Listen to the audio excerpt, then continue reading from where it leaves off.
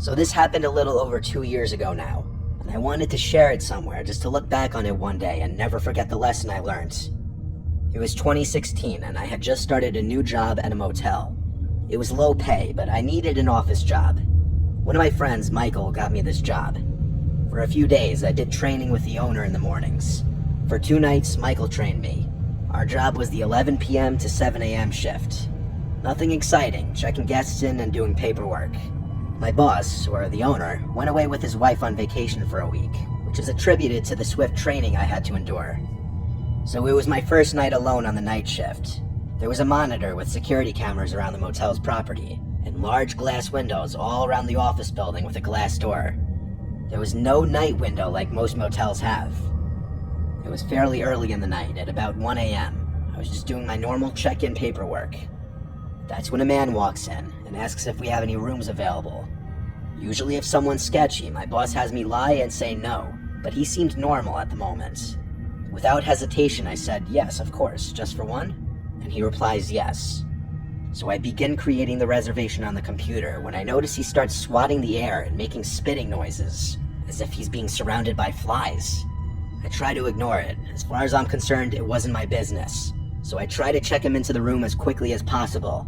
I give him his key and he's on his way. At this point in time, I could be described as very timid. I had a lot going on in my personal life, so I hope you can all understand my reaction to what happens next. The man comes back from his room and slams his hand on the glass door, causing me to jump. Absolutely frightened, I look up to see him just staring at me. He cracks the door and puts his head through and says, I can't get into my room. Why won't you let me into my room? And my only defense is trying to be helpful. So I replied, maybe there's something wrong with your key. Let me give you another one.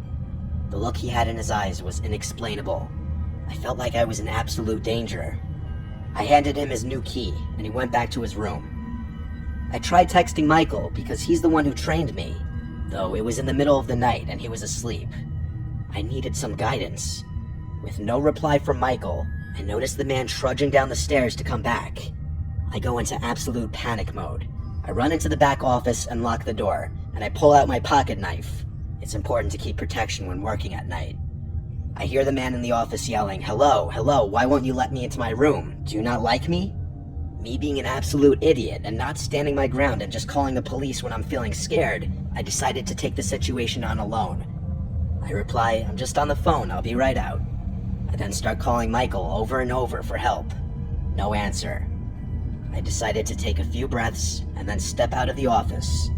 The man was not there. He was in the bathroom. I start hearing him talking to himself, angrily saying, kill her, kill her. My heart sank. Still being an idiot and not calling the police, he comes out and I say, your key was broken, I'm sorry. Let me escort you to your room. He agrees, thankfully. I was wearing a long-sleeved sweater, so with my arms down, I was able to hide my knife in my hand while holding it. I begin to walk outside, and he seemed insistent to walk behind me. We begin making our way to the staircase and up towards his room. I was sweating from how nervous I was, continuously looking behind me to make sure he wasn't going to make a move. He stops at a room, and I stop at his room a few doors down. I smile and say, oh, that's the wrong room. This is your room, as it clearly said on the door. This whole time he was going to someone else's room and trying to open the door. After letting him into his room, I quickly ran back to the office and locked the door, and I found out there was a lone woman staying in the other room he was trying to get into. The next guest I checked in was a police officer from a few towns over. I felt bad for confiding in him about the guy, but he seemed willing to keep an eye and ear out. The next night, the man came back, but I had the doors locked and told him we're all booked up. I explained to my boss what happened when he got back from vacation. However, he didn't take it very seriously. I continued to work there on the night shift for the next year, where many other strange encounters have happened, but this was one of the worst.